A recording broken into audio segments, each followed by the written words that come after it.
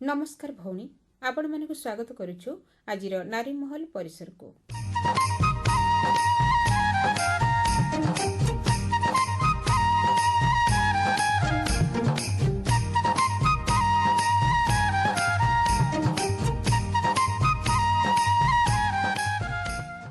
परिवेश प्रदूषण आम मनीष जातिर भविष्य संपर्क में वर्तमान एक प्रश्नवाची सृष्टि करिछि, जोथिपाई मनीष एक भयंकर संकटमय परिस्थितिर सम्मुखीन हेबाकु जाउछि। अतीतरे निर्मल संतुलित परिवेश को उपभोग करि आसुथुवा मनीष आज तार परिवेष्टनी थिबा प्राकृतिक प्रक्रिया गुड़िक असंतुलित विपदपूर्ण अवस्था पहुंचीथिबार देखिबाकु पाउछि। तेबे एई अदरकारी असंतुलित अवस्था पई मनीषर क्रियाकलाप ही एथिपई संपूर्ण दायी। सुतरां परिवेशर एई अस्वाभाविक परिवर्तन मानवीय कार्यशैली एक अनावश्यक सृष्टि, जहाँकि प्रकृतिर कार्यधारा को संपूर्ण भाव में प्रभावित करिबारे साहाय्य करिथाए। तेबे साधारण भावे कहिबाकु गले परिवेश प्रदूषण विभिन्न प्रकार, जेमिति कि जल प्रदूषण, शब्द प्रदूषण, वायु प्रदूषण, मृत्तिका प्रदूषण, किंतु मुख्यतः वर्तमान वायु प्रदूषण मानव जाति पई एक बड़ समस्या ही देखा देछि। वायुरे नाना धरणर अनावश्यक पदार्थ मिसिबा द्वारा विभिन्न प्रकार श्वासजनित समस्या देखा देउछि। तेबे एई परिप्रेक्षी रे आज हमर आलोचनार विषय रहिछि respiratory disease due to air pollution बा वायु प्रदूषण जोगु होउथिबा श्वास रोग। ए संपर्क रे आलोचना करबाको आम सहित अछंती डाक्टर मोह विश्वास।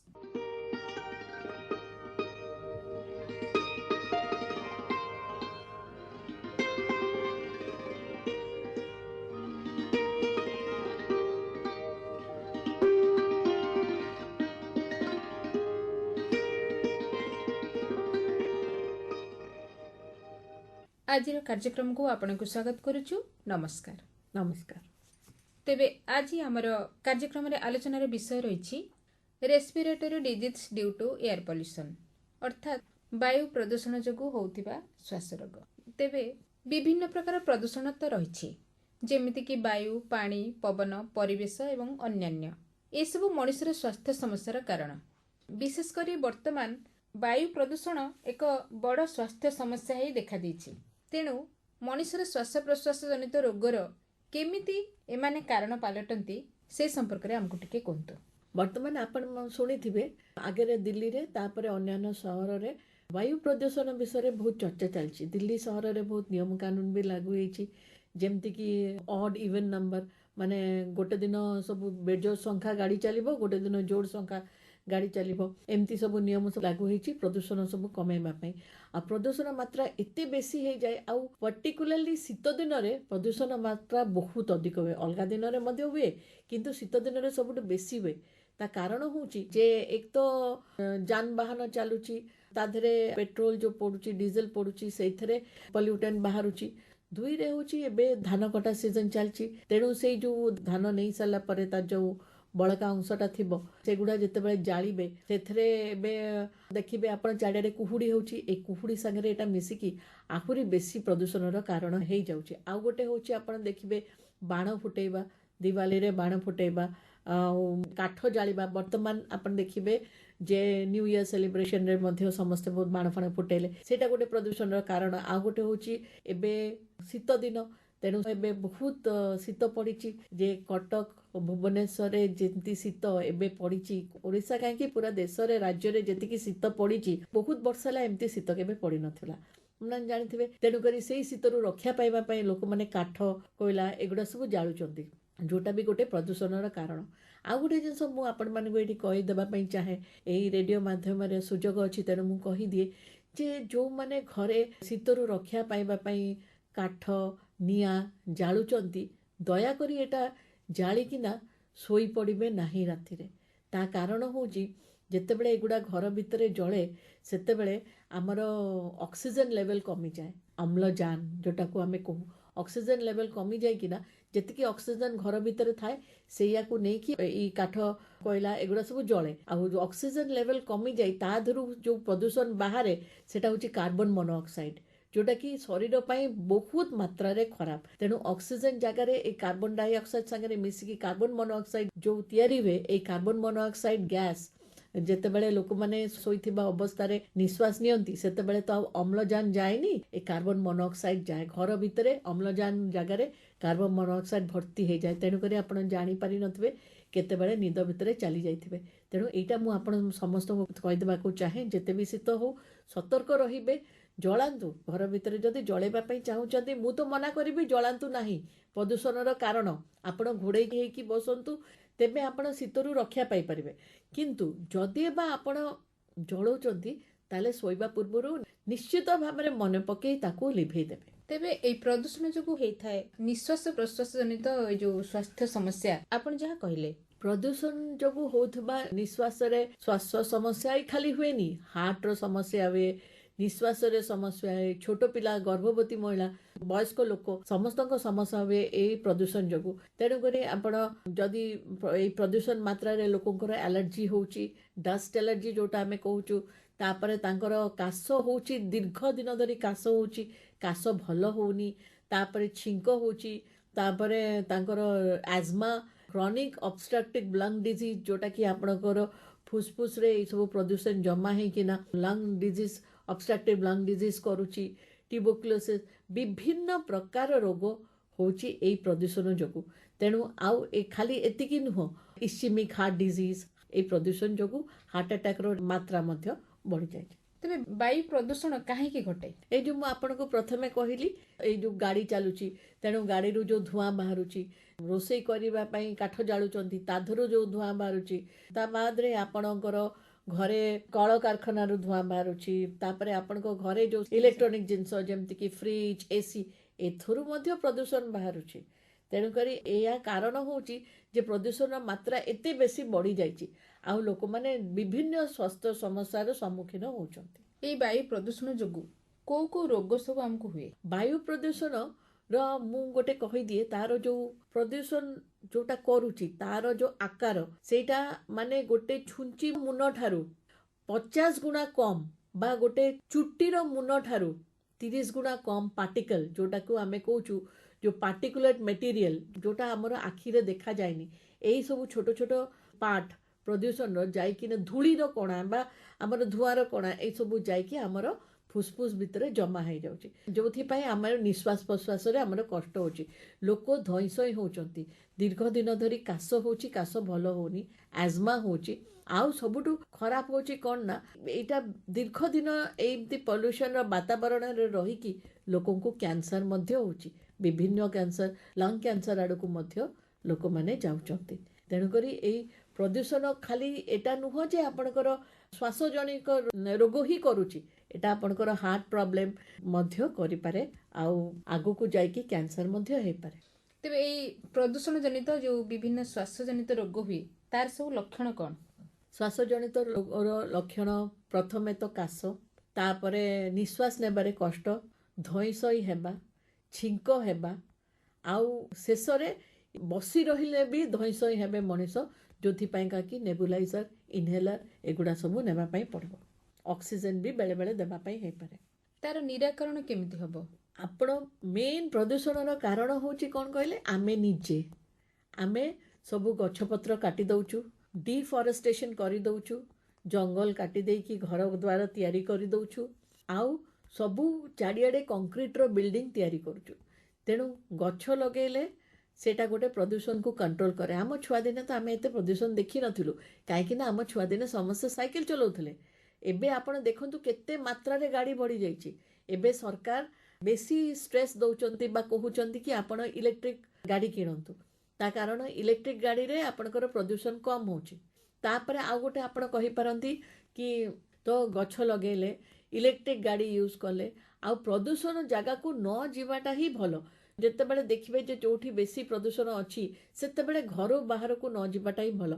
जदियो बा घर बाहर को जीवा पई पड़े आपण गोटे मास्क पिंधि पारंती N95 मास्क जोटा मिलुची सेटा किछि मात्रा रे आपण को प्रदूषण रु रक्षा करि पारिबो। वायु प्रदूषण रे को लोक माने सबुठारु अधिक प्रभावित होंती जेकोसी प्रदूषण रे समस्त प्रभावित हुअନ୍ତି किंतु जो मानकर ऑलरेडी ପ୍ରତିରୋଧ ଶକ୍ତି କମ୍ ଅଛି କିମ୍ବା ତାଙ୍କର ଯେଉଁ ଏକ୍ସଟ୍ରିମ୍ ଏଜ୍ ଆମେ କହୁ ବୟସ୍କ ଲୋକ ଆଉ ଛୁଆମାନେ ସେମାନେ ସବୁଠୁ ବେଶୀ ସବୁ ଜିନିଷରେ ପ୍ରଭାବିତ ହୁଅନ୍ତି।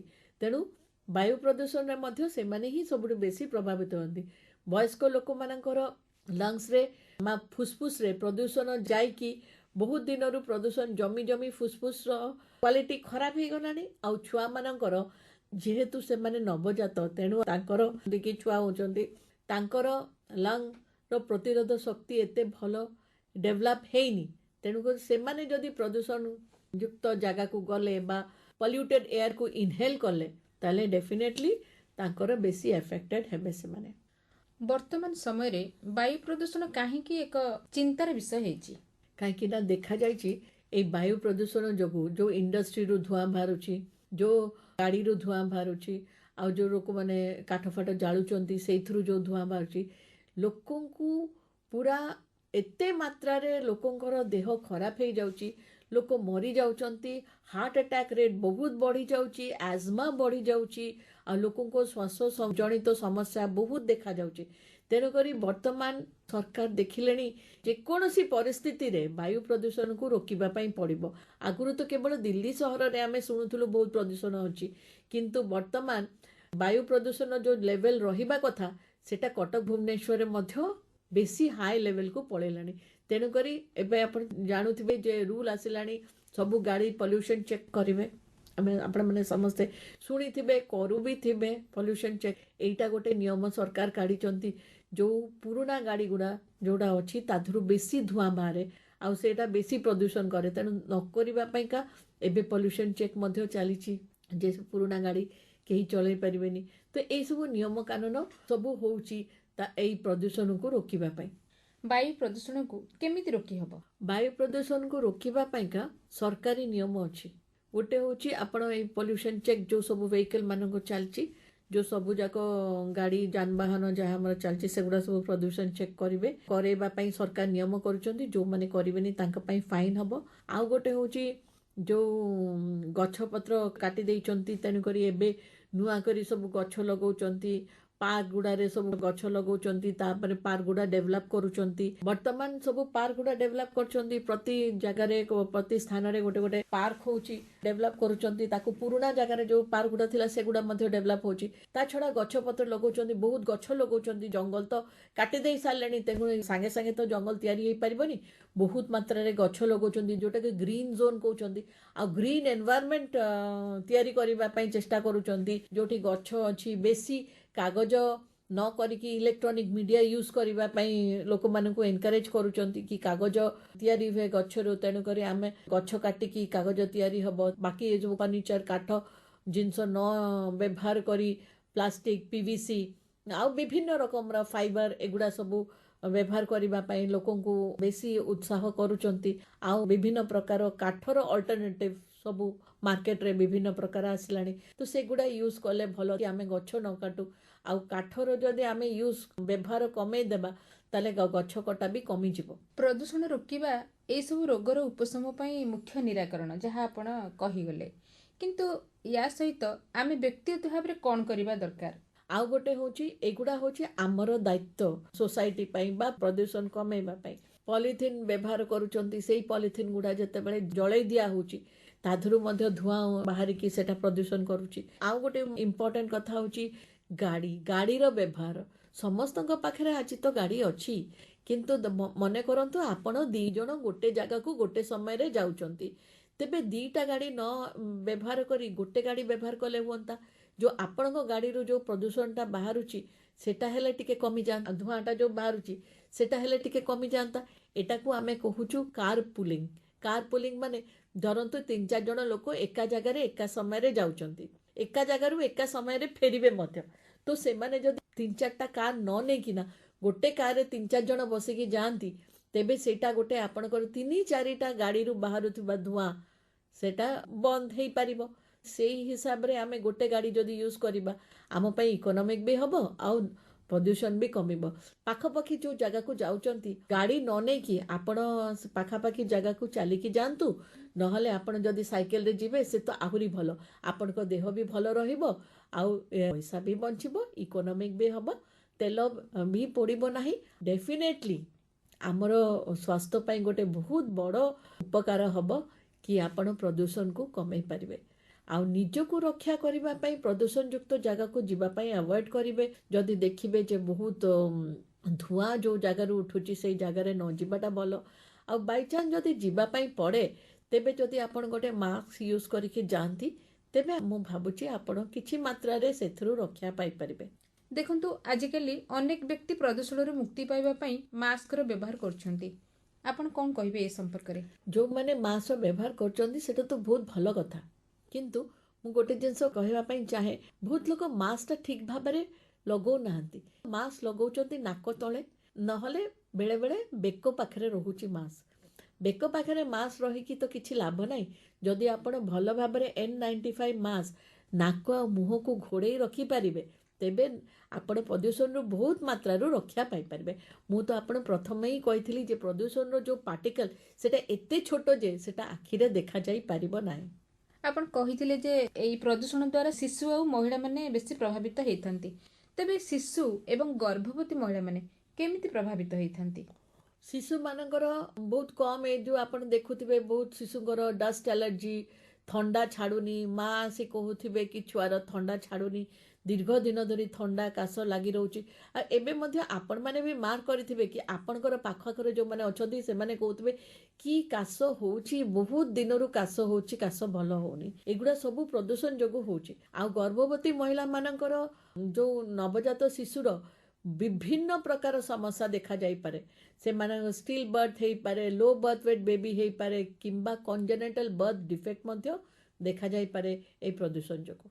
जलवायु परिवर्तन प्रदूषण को अधिक गुरुतर करुची कि आपण भाबुचंती जलवायु परिवर्तन आमर जोटा आमे कहूछु ग्लोबल वार्मिंग जोगु आपणकर बहुत एडवर्स इफेक्ट घटुची ग्लोबल वार्मिंग जोगु आपणकर टेम्परेचर बढ़ी जाउची कि एबे देखंतु एबे एते मात्रा रे शीत बढ़िलानी कि माने जो दिन वर्षा हेबा कथा से दिन होउनी आउ केते बडे वर्षा दिन बळिया वर्षा होउची तो एई सब जो क्लाइमेट चेंज होउची डेफिनेटली एटा आमर प्रदूषण रो गोटे कारण भी हेई पारे प्रदूषण रो गोटे कारण डेफिनेटली ता कारण होची बेले बेले आम एते एडवर्स सिचुएशन रे जिबा पय पड़े एते शीत होउची जे लोके थंडारू रक्षा पाइबा पय विभिन्न काठ फाट जाली दउचंती घर उषुम करिबा पय रूम हीटर लगौचंती तापरे एते गरम होची आग काल आमे केते बड़े एसी देखिथिलु गोटे दी जण घरे एसी थिला किंतु एबे आपण देखंतु गोटे छोटिया दुकान रे भी एसी अछि समस्तक घरे एसी अछि एते मात्रा रे टेम्परेचर बढ़ी जाउची जे लोक माने जते बळे गरम रु त्राही त्राही डाकुचंती निजको रक्षा करिवा पय से माने एसी लगे दउचंती डेफिनेटली एटा गोटे प्रदूषण रो कारण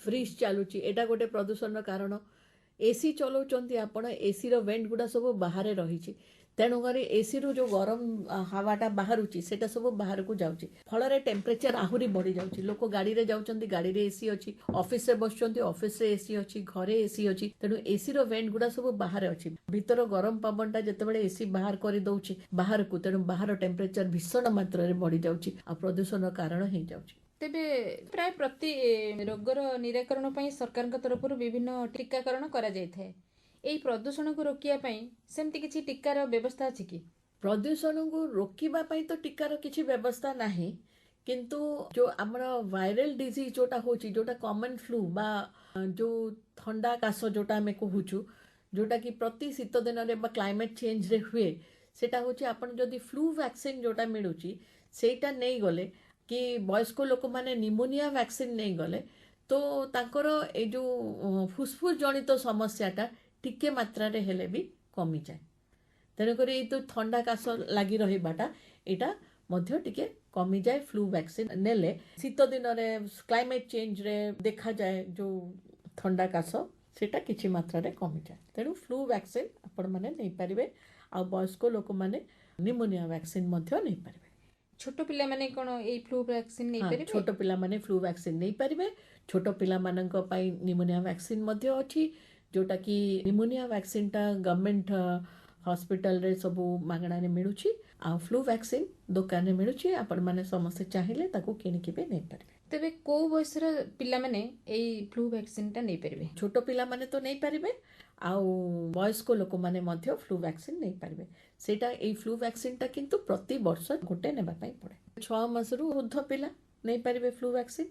ବହୁତ ଛୋଟ ଛୁଆ ହେଲେ 2ଟା ଡୋଜ୍ ଦରକାର ହୁଏ, ନହେଲେ ଗୋଟେ ଡୋଜ୍। ଆଉ ଯିଏ ଚାହିଁବେ ଫ୍ଲୁ ଭ୍ୟାକ୍ସିନ୍ ନେଇପାରିବେ, କିନ୍ତୁ ଏଇ ଫ୍ଲୁ ଭ୍ୟାକ୍ସିନ୍ଟା ପ୍ରତି ବର୍ଷ ନେବା ପାଇଁ ପଡ଼େ। ତେବେ କୋଉ କୋଉ ଗ୍ୟାସ୍ ବାୟୁ ପ୍ରଦୂଷଣ କରିବାରେ ବେଶୀ ସହାୟକ ହୁଏ?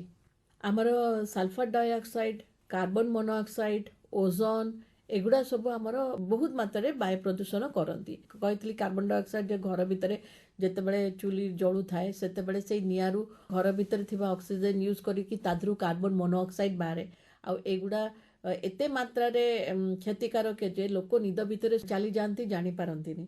ଆଉ ଗୋଟେ କଥା ହେଉଛି ଯେଉଁ ସଲଫର ଡାଇଅକ୍ସାଇଡ୍ ଯଦି ବହୁତ ମାତ୍ରାରେ ବଢ଼ି ଯାଇଥାଏ, ଇଣ୍ଡଷ୍ଟ୍ରିଆଲ ପଲ୍ୟୁଟେଣ୍ଟରୁ ଯେଉଁଟା ବାହାରେ, ଶିଳ୍ପ କଳକାରଖାନାରୁ ଯେଉଁ ଗ୍ୟାସ୍ ବାହାରେ, ସେଟା ମେନଲି ସଲଫର ଡାଇଅକ୍ସାଇଡ୍ ବାହାରେ। ଆଉ ଏଇ ସଲଫର ଡାଇଅକ୍ସାଇଡ୍ ଯାଇକିନା ଏତେ ପ୍ରଦୂଷଣ କରେ, ଆଉ ଯଦି କୁହୁଡ଼ି ହେଇଥାଏ ତା ସାଙ୍ଗରେ ମିଶିକି ମଧ୍ୟ ଆହୁରି ପ୍ରଦୂଷଣ ମାତ୍ରାକୁ ବଢ଼େଇ ଦେଇଥାଏ। ଅମ୍ଳଜାନର ଅଭାବ ଦେଖାଦିଏ। ଅମ୍ଳଜାନର ଅଭାବ ତ ଦେଖାଦିଏ ଡେଫିନେଟଲି, କିନ୍ତୁ ସଲଫର ଡାଇଅକ୍ସାଇଡ୍ ଇଟସେଲ୍ଫ ଗୋଟେ ବହୁତ କ୍ଷତିକାରକ ଗ୍ୟାସ୍, ଯେଉଁଟା ନିଶ୍ୱାସରେ ମଣିଷ ଦେହକୁ ପହଞ୍ଚିଲେ ମଣିଷଙ୍କର ବହୁତ କ୍ଷତି କରିପାରେ।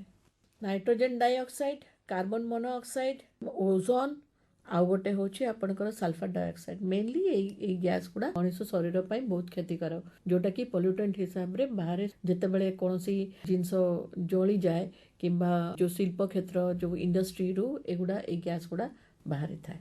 ଯାନବାହନରୁ ମଧ୍ୟ ଏସବୁ ଗ୍ୟାସ୍ ବାହାରିଥାଏ। ପଲିଥିନ୍, ପ୍ଲାଷ୍ଟିକ୍ ଯାହା କିଛି ପୋଡ଼ିଲେ ଜଳିଲେ ମଧ୍ୟ ସେଇଟା ବାହାରେ। ଆଉ ଏଇଟା ରେସ୍ପିରେଟରୀ ପ୍ରୋବ୍ଲେମଠୁ ଆରମ୍ଭ କରି ହାର୍ଟ ପ୍ରୋବ୍ଲେମ୍, କିଡନୀ ପ୍ରୋବ୍ଲେମ୍, ବେଳେବେଳେ ନ୍ୟୁରୋଲୋଜିକାଲ ପ୍ରୋବ୍ଲେମ୍ ମଧ୍ୟ କରିପାରେ। ଖାଲି ଯେ ଆପଣଙ୍କର ନିଶ୍ୱାସ ପ୍ରଶ୍ୱାସରେ ଅସୁବିଧା ହୁଏ ବା ରେସ୍ପିରେଟରୀ ଡିଜିଜେସ୍ ହୁଏ ସେମିତି କିନ୍ତୁ ନୁହଁ। ପଲ୍ୟୁସନ୍ ଯୋଗୁଁ ଆପଣଙ୍କର ନ୍ୟୁରୋଲୋଜିକାଲ ପ୍ରୋବ୍ଲେମ୍, ଆପଣଙ୍କର କାର୍ଡ଼ିଓଭାସ୍କୁଲାର ପ୍ରୋବ୍ଲେମ୍, ଆପଣଙ୍କର ସବୁ ଅର୍ଗାନ୍ ଏଫେକ୍ଟ ହେଇପାରେ ପଲ୍ୟୁସନ୍ ଯୋଗୁଁ। ଯାହା ହଉ, ଆପଣ ଆପଣଙ୍କର ସମୟ ବାହାର କରି ଆମ କାର୍ଯ୍ୟକ୍ରମରେ ଅଂଶଗ୍ରହଣ କଲେ। ଆମର କାର୍ଯ୍ୟକ୍ରମରେ ଆଲୋଚନାର ବିଷୟ ଥିଲା respiratory disease due to air pollution ବା ବାୟୁ ପ୍ରଦୂଷଣ ଜନିତ ବିଭିନ୍ନ ରୋଗ ସମ୍ପର୍କରେ ଆମକୁ ଅନେକ ତଥ୍ୟ ଦେଲେ। ସେଥିପାଇଁ ଆପଣଙ୍କୁ ଆମ ଅନୁଷ୍ଠାନ ତରଫରୁ ଅନେକ ଅନେକ ଧନ୍ୟବାଦ। ନମସ୍କାର। ନମସ୍କାର।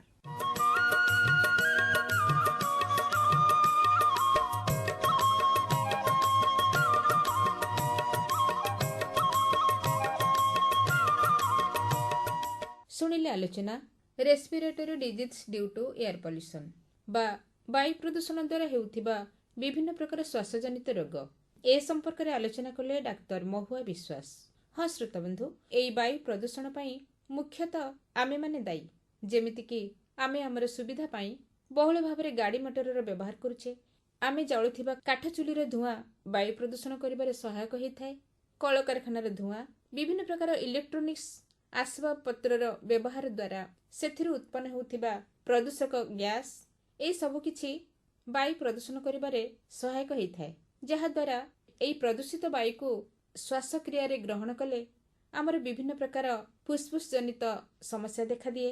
ଦୃଷ୍ଟିଶକ୍ତି ହ୍ରାସ ପାଏ, ଚର୍ମରୋଗ ହୁଏ, ମୁଣ୍ଡ ବ୍ୟଥା ହୁଏ, ଏମିତି ବିଭିନ୍ନ ପ୍ରକାରର ସ୍ୱାସ୍ଥ୍ୟ ସମସ୍ୟା ଦେଖାଦିଏ। ତେଣୁ ଆମକୁ ସେଥିପାଇଁ ସତର୍କ ଓ ସଚେତନ ହେବାକୁ ପଡ଼ିବ। ଗଛ ଲଗାଇବାକୁ ପଡ଼ିବ, ଜଙ୍ଗଲ ସୃଷ୍ଟି କରିବାକୁ ପଡ଼ିବ, ସ୍ଥଳ ବିଶେଷରେ ଗାଡ଼ି ମଟରର ବ୍ୟବହାର କମ୍ କରିବାକୁ ପଡ଼ିବ, କାଠ ଚୁଲି ବ୍ୟବହାର ନ କରି ଗ୍ୟାସ୍ ଚୁଲି ବ୍ୟବହାର କରିବା। ଏମିତି ଅନେକ ପ୍ରକାରର ସତର୍କତା ଅବଲମ୍ବନ କଲେ ଏହି ବାୟୁ ପ୍ରଦୂଷଣ ଜନିତ ବିଭିନ୍ନ ପ୍ରକାର ସ୍ୱାସ୍ଥ୍ୟ ସମସ୍ୟାରୁ ଆମେମାନେ କିଛିକାଂଶରେ ରକ୍ଷା ପାଇପାରିବା।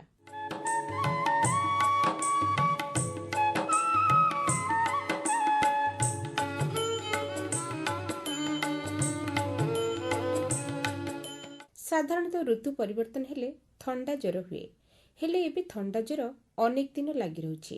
ଜ୍ୱର ଭଲ ହେବାକୁ 3 ରୁ 4 ଦିନ ଲାଗୁଥିଲେ ବି ଦେହରେ ଥଣ୍ଡା ରହୁଛି ଏବଂ କାଶ ପ୍ରାୟ 15 ରୁ 20 ଦିନ ଲାଗି ରହୁଛି।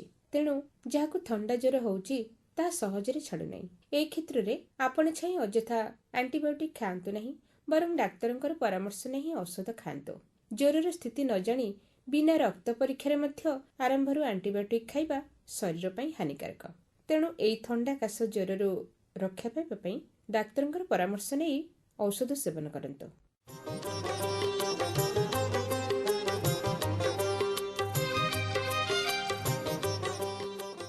ଆପଣମାନେ ତ ଆମର କାର୍ଯ୍ୟକ୍ରମ ଶୁଣିଲେ, କିନ୍ତୁ କାର୍ଯ୍ୟକ୍ରମ କେମିତି ଲାଗିଲା ମତାମତ ଦେଇ ଚିଠିଟିଏ ନିଶ୍ଚୟ ଲେଖିବେ।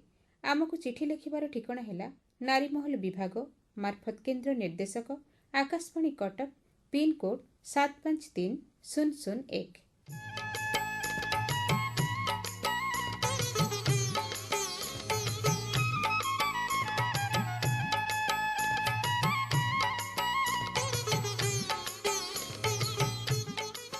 ତେବେ ଆଜି ତ ସମୟ ହେଇଯାଇଛି। କାର୍ଯ୍ୟକ୍ରମକୁ ଏଇଠି ରଖି ବିଦାୟ ନେଉଛି ମୁଁ ସୌଦାମିନୀ। ନମସ୍କାର।